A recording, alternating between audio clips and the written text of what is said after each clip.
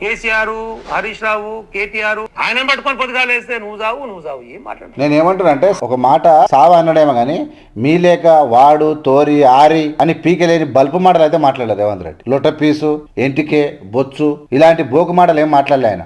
మీకు వస్తాయి అవి. మీ కార్యకర్తలు అదే పని మీద ఉంటారు. మీ దాంట్లో పనిచేసే ఆడోళ్ళు బూతులే, ఎమ్మెల్యేలు బూతులే, మినిస్టర్లు బూతులే, అందరూ అంతే. మీ పనే అది. బాగా మేయాలి, కడుపు నిన్నాక కొలరాలి. కేసీఆర్ ముఖం కనబడితేనే భయం అవుతుంది కొడుకు. కేసీఆర్ పేరు దాచుకోకుండా, కేసీఆర్ జపం చేయకుండా మనం బతికేలేదు. అభివృద్ధి కార్యక్రమాలు చేయాలంటేనేమో చెయ్యవు, బిల్లులు ఇయ్యరమ్మా పాత సర్పంచ్ కంటేనేమో ఇయ్యవు. ఇక్కడ ముఖ్యమంత్రి కాదు, నీకు మైనస్ అవుతుంది, గుర్తుపెట్టుకో. ఇలాంటి విధానంలో నేను చెప్తున్నా, నేను ఇప్పుడు చెప్పినా ఎప్పుడు చెప్పినా మీ వల్ల కాదు. రేవంత్ రెడ్డిని అందుకోవడం మీ వల్ల కాదు. మీరు బురద చల్లడం వరకే మీ వంతు. మీరు టన్నులు బురద చల్లినా నేను ముందే చెప్పిన, ఒకే దెబ్బకు ఒక గాలివాన, ఒక తుఫాన్ దెబ్బకే మొత్తం కొట్టుక రాష్ట్రం మొత్తం మీద మీరు బుడదలినా అది ఒక్క వానకే కొట్టుకపోతుంది. అది అయిపోయింది మీ పని. రేవంత్ రెడ్డితో మీరు పోటీ పడడం మీ వల్ల కాదు. ఆల్మోస్ట్ కష్టమే మీకు. కేసీఆర్ వల్ల కాదు కాబట్టి చేతులు ఎత్తించిన లేదు, ఎక్కడ కూడా అవకాశం లేదు. ఆయన తెలంగాణ పొద్దుందాకా ఆలోచించిన కవిత దెబ్బతో కథం. మీ పని అయిపోయింది. నేను చెప్తున్నా, ఒక జనతాదళ పార్టీ ఎట్లా కనుమరుగైందో బీఆర్ఎస్ కూడా కనుమరుగయ్యే ప్రమాదం కనబడుతుంది. మీలాంటి మీ అంతా సోయి తప్పిన వాళ్ళు, ప్రతి ఒక్కడు దొరికిందల్లా దోసుక తినే దొంగలే కానీ ఒక్కనికన్నా సోయలేదు. పార్టీ మీద సోయలేదు, భవిష్యత్తు మీద సోయలేదు. మీ దాంట్లో మొత్తం అదే పని. దొంగల ముఠాలేక తయారయ్యారు బీఆర్ఎస్ ఎమ్మెల్యేలు, మినిస్టర్లు, మాజీలు. మీరు మాట్లాడుతారు. ఎవడన్నా నాయకుడు అంటోడు సమాజం బాగుండాలనుకుంటారు, ఒకరిని బతుకు కోరుకుంటారు. పొద్దుగా లేస్తే కేసీఆర్ మీద ఏడుపు ఏంది? ఏం చేయలే కేసీఆర్ గారు. మొన్న అలా వ్యవసాయ క్షేత్రం ఉన్నటువంటి ఊరు 20,000 ఏదైతే ఉందో ఆడ ఏకగ్రీవం చేసుకొని సర్పంచులు, వార్డు మెంబర్లు పోయి దండం పెట్టొచ్చారు. సార్ మాట్లాడుతున్నప్పుడు పక్కపొట్టి కూర్చొని, సార్ మళ్ళీ మన రాజ్యం రావాలి సార్, తప్పు జరిగిపోయింది జనాలు అంతా అనుకుంటే, సరే తీఎంఆర్ చూస్తారా 2 నెలలు వస్తూనే ఉంటుంది, మళ్ళీ ఖరాబ్ అయినా కూడా మనం బాగు చేసుకున్నాం తీ అన్నాడు. ఆ వీడియో బయటకు వచ్చింది. కదా కొడుకు కూర్చోబడ్డది రేవంత్ రెడ్డి గారికి. ఏం సార్ బయటకు వెళ్ళలేదు, మాట్లాడలేదు, ప్రెస్ మీట్ లేదు, ఏది లేదు. కేసీఆర్ ముఖం కనబడితేనే భయం అవుతుంది కొడుకు. కేసీఆర్ పేరు దాచుకోకుండా, కేసీఆర్ జపం చేయకుండా మనం బతికేలేదు. అభివృద్ధి కార్యక్రమాలు చేయాలంటేనేమో చెయ్యవు, బిల్లులు ఇయ్యరమ్మా పాత సర్పంచ్ కంటేనేమో ఇయ్యవు. ఇప్పుడు ఏదో సమ్మిట్ అని పెట్టిండు, గ్లోబల్ సమ్మిట్ అని. గ్యాదర్ కిషోర్, నీ భాష అనేది మరి నీ గొప్పతనానికా లేకుంటే మీ గురువు గారు ట్రైనింగ్ అది నాకు తెలియదు కానీ, కొడుక ఒక ముఖ్యమంత్రిని పట్టుకోండి. కేసీఆర్ బయటకు వెళ్తే కొడుకు కూర్చోబడదా? అంటే కేసీఆర్ ఇప్పుడు బయటకు వెళ్ళలేదంటవా? ఇప్పటిదాకా కేసీఆర్ మీటింగ్లు పెట్టలేదా? కేసీఆర్ సభల సమావేశాలు పెట్టలేదా? కేసీఆర్ ఊర్రతో లోపలేదా? అప్పుడు భయపడ్డారు రేవంత్ రెడ్డి, ఇప్పుడు భయపడుతున్నాడు. ప్రతిపక్షంలో ఉన్నప్పుడు భయపడలేదు కానీ ముఖ్యమంత్రి అయినాక భయపడుతున్నాడా? వీడియో బయట పడదంటే కొడుకుకు భయం అయిందంట. ఏంది? ఏం భాష ఇది అంటున్నా? ఏం సంస్కారం మీది? ఎందుకు ఇట్లా తయారయ్యారు? మీకు ఏం చూసుకొని మీరు దోచిన పైసలు ఎక్కువై మాట్లాడుతుర్రా లేకుంటే బల్బ్ ఎక్కువై మాట్లాడుతుర్రా? ఏంది? నాకేం అర్థం కాదు. ఎవడన్నా కేసీఆర్ ను కొడుకా అన్నోడు ఒక వీడియో చూపి, ఎవరన్నా కేసీఆర్ ను సావు అంటారు. ఒక సందర్భం వచ్చినప్పుడు ఒక నానుడిగా నువ్వు చచ్చినా సరే నేను చేస్తా, నేను తొక్కుంట వయసు చేస్తా, ఒక పౌరుషమైనటువంటి మాటలు మాట్లాడతారు. అది నువ్వు కూడా మాట్లాడు. కానీ గ్యాదర్ కిషోర్ భాష ఎందుకంత కేర్లెస్ గా మాట్లాడుతున్నావు? ఒక మనిషి, విలువగల మనిషి, పక్క తోటి వ్యక్తిని కూడా ఆరి తోరి అనరు. ఈ రాష్ట్ర ముఖ్యమంత్రిని పట్టుకొని ఒక అర్థం పర్థం లేకుండా కొడుకు, ఆరి, తోరి, పాగలగాడు, ఈ భాషను ఎలా చూడాలి సమాజం?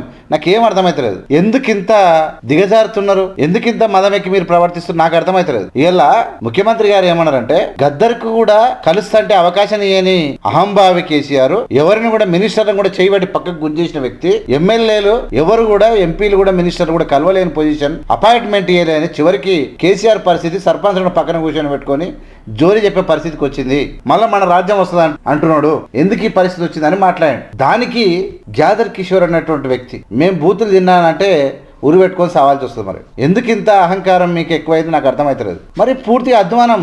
ఆ వినతోళ్ళకు కూడా ఏంది వీడు ఇట్లా మాట్లాడుతున్నాడు, అసలు ఏమనుకుంటుండు అనే స్థాయికి వచ్చేసింది. ఏమంటుంటే, ఇప్పుడు మన లేవల్కి తగ్గట్టు మాట్లాడితేనేమో జనాలు వింటారు. మన లేవల్ దాటి మాట్లాడితే ఏమైతే తుపాకి రావని మాటలు అవుతాయి. మనం ఏదైనా ఏక్తం పీక్తం, వాడు వీడు అంటే తుపాకి రామని మాటలు అవుతాయి. చాలా ఘోరంగా ఉంది పరిస్థితి నీ మాటలు. గ్యాదర్ కిషోర్ చూడు ఎట్లా ఏమాడుతుంది అంటే, ఏమైందా సమ్మిట్ నీకు ఎంబడే ఎన్ని వచ్చినా చెప్పేది నాది, సమ్మిట్ లో నీకు ఎంబడే ఎన్ని వచ్చినా చెప్పేది నాది. ఇట్లా ఎంత దిగజారి మాట్లాడుతున్నారు ఎందుకు మీద నాకు అర్థమైతలేదు. ఫుట్బాల్ కాదు, ఉరికి ఆడతారు ఫుట్బాల్ నీతో.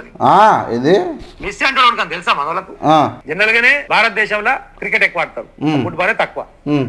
ఆ మెస్సీ అంటే ఆయన ఉత్తగా ఇట్లా ఒక యాడ్లు ఇట్లా కనపడితే, 1 నిమిషం కూడా కనపడితే 100 కోట్లు అంతా అట్లనా? పుణ్యానికి వస్తలేడు. ఇట్లా కనబడితే 100 కోట్లు. మరి ఆడితే ఎన్ని కోట్లు? ఆయన వచ్చి నాకు చెప్పినట్టే ఆయన కలిసి క్లాస్మేట్ లైన్ లెక్క మాట్లాడుతున్నాడు. ఇట్లా కనబడితే 100 కోట్లు అంట. పనికి మళ్ళీ గుడంబ బ్యాచ్ మీదో కథ, ఉస్కెదాంద బ్యాచ్, పత్తాల బ్యాచ్, ఇలా పామ్ హౌస్ల దావతుల బ్యాచ్ మీది. మెస్సీ కనబడితే ఇట్లా కనబడితే 100 కోట్లు తీసుకున్నాడంట. ఎవరికన్నా అవకత్తు ఉన్నదా మీకు మాట్లాడడానికి? ప్రజలు బేరేజ్ వేసుకోకుండా కాంగ్రెస్ గెలిపేలే. కేసీఆర్ డబ్బును, అధికారాన్ని, అధికార దుర్వినియోగాన్ని, తెలంగాణ సెంటిమెంట్ను, కుటుంబ పాలనను మీ అందరిని మట్టి గారిపించి కాంగ్రెస్ ప్రభుత్వం తెచ్చుకుని తెలంగాణలో. కారణం ఏంటో తెలుసా? ఇలాంటి మీ యొక్క ఓవర్ యాక్షనే, మీ నిలువు దోపిడే. మాట్లాడు. వాడు ప్రజలు తీసుకుని వస్తుండు. ఇక వాడు అయితే మెస్సీ వర్సెస్ మేస్త్రి అని ఇప్పుడు కదా పేరు, వీని పేరు అదే మెస్సీ, ఇది మేస్త్రి, మెస్సీ వర్సెస్ మేస్త్రి అని పెట్టారు. నేను ఏమంటాను అంటే, ఇంత కేర్లెస్ గా ఒక మనిషి ప్రెస్ మీట్ పెట్టి మాట్లాడుతున్నాడు అంటే, ఒక మనిషి జోకులు వేసుకుంటా ఒక ముఖ్యమంత్రిని పట్టుకొని ఒక పీకెలైనోడు ఇట్లా మాట్లాడు అనేది జోక్ అనిపిస్తుంది. అంతా సీరియస్ తీసుకోరు. మనం ఎప్పుడైతే మన లెవెల్కి మించి మాట్లాడతామో జోకర్ గాల కింద అయిపోతాం. కిషోర్, నేను ఇష్టం, నీ కర్మ. నేను ఇంతకు మొదలు అందరినీ తిట్టి తెప్పేది, దానివల్ల ఏం లాభం లేదు అనిపించింది నాకు. మళ్ళీ దిగజారడం అంతా బాగా అనిపించింది. మెస్సీ పని వీడికి ఎందుకు ఫుట్బాల్ మ్యాచ్? వీడంట తెలంగాణ రాష్ట్రాన్ని పరిపాలించడం ముఖ్యమంత్రి కాబట్టి ఫుట్బాల్ మ్యాచ్ ఆడతాడు. ఏం చేయాలి? నేను మ్యాచ్ ప్రాక్టీస్ చేస్తాను. అట్లా కాదా? ఇప్పుడు ఫర్ ఎగ్జాంపుల్ కేసీఆర్ మొక్కలు నాడుతాడు, అట్లా అంటే అడుగులు సంరక్షించుతాడు అవుతాడా?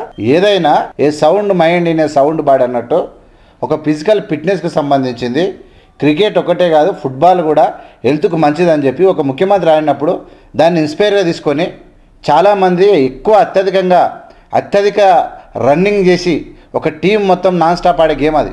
క్రికెట్ అంటే 10 మంది కూర్చుంటారు, ఇద్దరు బ్యాటింగ్ చేస్తారు, ఓ టీం మొత్తం కూర్చుంటారు, ఓ టీం మొత్తం ఆడుతుంటుంది. అదే ఫుట్బాల్ 2 టీంలు ఆడుతుంటాయి. దానివల్ల టైం సేవ్ అవుతుంది, ఎక్కువ ఎక్సర్సైజ్ అవుతుంది, ఈక్వల్గా అవుతుంది. అది మంచిది హెల్త్కి. కాబట్టి సమాజం అందరూ ఆడాలని చెప్పొచ్చు. ముఖ్యమంత్రిని చూసి కొంతమంది ఇన్స్పైర్ కావచ్చు, కానీ దాన్ని కూడా మీరు మాట్లాడుతుర్రే. మీకు ఏం మాట్లాడాలని కూడా తెలియలేని పరిస్థితిలో మీరు ఉన్నారు. మునగాడు పెద్ద ఫుట్బాల్ ప్లేయర్ అని ఓన్లీ ప్రాక్టీస్ చేస్తానికే ఎంసీహెచ్ 5 కోట్లతో స్టేడియం కట్టిండు. ఈయన ప్రాక్టీస్ కోసం అట. అంటే ఇప్పుడు మళ్ళీ ఇదే ఇప్పుడు ఆయన ప్రాక్టీస్ చేసి 5 కోట్ల స్టేడియం కడితే నెత్తిలేసుకొని పోతాడా స్టేడియాన్ని? ఎవడు ఆడడానికి రాదా అట్లా? మళ్ళీ ఎందుకంత దిగజారుడు? అది పెద్ద ఫుట్బాల్ ప్లేయర్ అయితే, ప్రపంచ ఛాంపియన్ అయితేనే ఫుట్బాల్ ప్రారంభించాలి పోవాలన్నా? ఎందుకు ఇంత దగులుబాజీ మాట్లాడుతున్నారు మీరు? నాకు అర్థమవుతలేదు. ఎందుకు మీకు ఓపిక లేకుండా పోతుంది? ఏం మనుషులు మీరు? ప్రజాధన దుర్వినియోగం గురించి వీడు మాట్లాడతాడు. వీడు ప్రగతి భవన్ కడితే ముఖ్యమంత్రి ఉండేది, ఇప్పుడు కేసీఆర్ ఉంటుంది. అలా ఎవడు ముఖ్యమంత్రి ఉండాలి, గాయ ఉన్న దాంట్లో నేను పోతానా అని ఇప్పుడు మళ్ళీ అదే ఎంసీహెచ్ఆర్డీలా 100 కోట్లతో ఇంకో క్యాంప్ ఆఫీస్ కడుతుంది.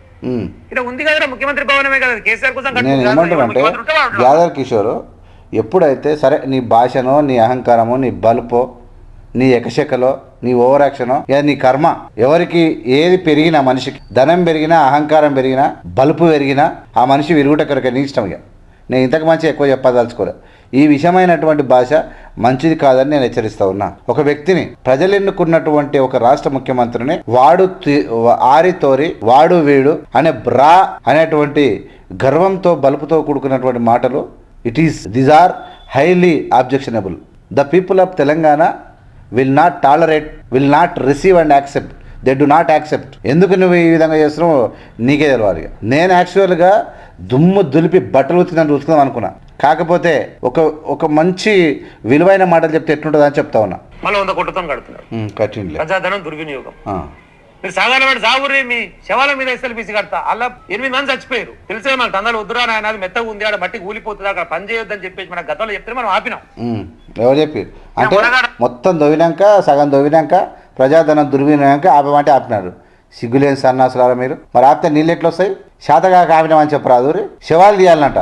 ఎంత మట్టి కూడుకపోయింది, ఏమైంది, వాళ్ళు ఎట్లా పోయారు? శవాలు తీయాలంటే ఎట్లా చదువుతావు నువ్వు? ఎట్లా తీస్తావు? అది నీకు టన్నులు కొన్ని వేల టన్నులు ఉన్నటువంటి మిషన్లే మీటర్లు, 100 మీటర్లు కొట్టుకుపోయినాయి. ఒక దాని ఒత్తిడికి మనుషులు ఉంటారా?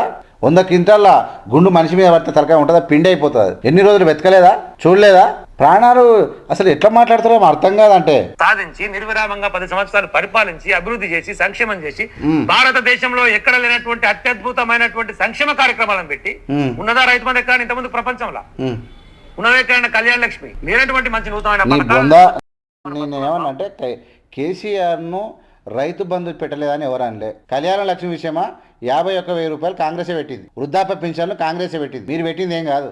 ఈ దేశంలో ఏ దానికైనా మొదటిగా ఈ ప్రజల యొక్క సేవ కోరి, ప్రజల యొక్క మంచిని కోరి చేసినటువంటి ఏకైక పార్టీ కాంగ్రెస్ పార్టీ. ఏమన్నా తెలుసా నీకు? నువ్వు రైతు బంధు ఒకటి పెట్టినావు. ఏ పథకం కాంగ్రెస్ పెట్టిన పథకం ఏంది అంటున్నా? ఇచ్చిరా ఈ దేశంలో ఎవడైనా రైతు రుణమాఫీ 2 లక్షలు? ఏ పార్టీ అయినా, ఏ రాష్ట్రం అయినా ఇచ్చిందా? ఇచ్చిరా? ఏ రాష్ట్రం అయినా మీ ముఖాలకు? ఇప్పుడు బీజేపీ పాలిసిన రాష్ట్రం ఉచిత బస్సు ఇచ్చిరా అంటున్నా. అంటే కేసీఆర్ పెట్టినటువంటి పథకం అని తీసేసిండా రేవంత్ రెడ్డి? అంటే రేవంత్ రెడ్డి కేసీఆర్ ఇచ్చిన పథకాలే కాదు, దాన్ని మించిన పథకాలు చేయొచ్చని చూపిస్తున్నాడు. కేసీఆర్ ఇచ్చే పథకాలను చేస్తూనే, కేసీఆర్ ఇచ్చినటువంటి పథకాలను కొనసాగిస్తూనే దానికి మించిన పథకాలు చేయొచ్చని చూపిస్తున్నాడు. అదే రేవంత్ రెడ్డి స్టైల్. ప్రయత్నం చేస్తే ఆయన పట్టుకొని పొద్దుగాలు వేస్తే నువ్వు చావు ఏం మాట్లాడుతున్నావు? నేను ఏమంటున్నా అంటే సావ అన్నాడేమో, ఒక మాట సావ అన్నాడేమో కానీ మీ లేక వాడు తోరి ఆరి తోరి అని పీకలేని బల్పు మాటలు అయితే మాట్లాడలేదు రేవంత్ రెడ్డి. లొట్ట పీసు, ఎంటికే, బొచ్చు ఇలాంటి బోకు మాటలు ఏం మాట్లాడలే ఆయన. మీకు వస్తాయి అవి. మీ కార్యకర్తలు అదే పని మీద ఉంటారు. మీ దాంట్లో పనిచేసే ఆడోళ్ళు బూతులే, ఎమ్మెల్యేలు బూతులే, మినిస్టర్లు బూతులే, అందరూ అంతే. మీ పనే అది. బాగా మేయాలి, కడుపు నిన్నాక కొలరాలి. నేను ఏమంటానంటే నేను కూడా వేసుకోవచ్చు, భర్త గిరిని పట్టినట్టు పట్టవచ్చు, కానీ ఎందుకో మిత్రుడని తోటి ఒక వ్యక్తిగా నేను గౌరవిస్తున్నా ఇంకా కూడా. కానీ ఇంత దుర్మార్గమైనటువంటి దుర్భాష నీ భవిష్యత్తుకే మంచిది కాదు. ఇప్పుడు ఒక మనిషి ఓవర్గా మాట్లాడుతుంటే తిట్టతోని మెచ్చుకోరు, అది తిట్టతోని మెచ్చుకోరు ప్రజలు. వాని నోటికి ఏమైందిరా వాని బలుపు చూడు అంటారు అంతే. ఇక్కడ ముఖ్యమంత్రి కాదు, నీకు మైనస్ అవుతుంది, గుర్తుపెట్టుకో. ఇలాంటి విధానంలో నేను చెప్తున్నా, నేను ఎప్పుడు చెప్పినా మీ వల్ల కాదు. రేవంత్ రెడ్డిని అందుకోవడం మీ వల్ల కాదు. మీరు బురద చల్లడం వరకే మీ వంతు. మీరు టన్నులు బురద చల్లినా నేను ముందే చెప్పిన, ఒకే దెబ్బకు, ఒక గాలివాన, ఒక తుఫాన్ దెబ్బకే మొత్తం కొట్టుక రాష్ట్రం మొత్తం మీద మీరు బురద చల్లినా అది ఒక్క వానకే కొట్టుకపోతుంది. అది అయిపోయింది మీ పని. రేవంత్ రెడ్డితో మీరు పోటీ పడడం మీ వల్ల కాదు. ఆల్మోస్ట్ కష్టమే మీకు. కేసీఆర్ వల్ల కాదు కాబట్టి చేతులు ఎత్తించిన లేదు, ఎక్కడ కూడా అవకాశం లేదు. ఆయన తెల్లందాకా పొద్దుందాకా ఆలోచించిన కవిత దెబ్బతో కథం. మీ పనే అయిపోయింది. నేను చెప్తున్నా, ఒక జనతాదళ పార్టీ ఎట్లా కనుమరుగైందో బీఆర్ఎస్ కూడా కనుమరుగయ్యే ప్రమాదం కనబడుతుంది. మీలాంటి మీ అంతా సోయి తప్పిన వాళ్ళు, ప్రతి ఒక్కడు దొరికిందల్లా దోసుక తినే దొంగలే కానీ ఒక్కనికన్నా సోయి లేదు. పార్టీ మీద సోయి లేదు, భవిష్యత్తు మీద సోయి లేదు. మీ దాంట్లో మొత్తం అదే పని. దొంగల ముఠాలేక తయారయ్యారు బీఆర్ఎస్ ఎమ్మెల్యేలు, మినిస్టర్లు, మాజీలు. మీరు మాట్లాడుతూ ఉన్నాడు. ఏవిఎం మీడియా లైక్ చేసి, షేర్ చేసి, సబ్స్క్రైబ్ చేసి ప్రజలకు పంపాల్సిన విజ్ఞప్తి చేస్తాయి. ఇంకా ఉన్నాయి ఈ పనికిరాని బూతులు. నాకే బాగా అనిపిస్తుంది కాబట్టి నేను మాట్లాడుతున్నాను. Thank you.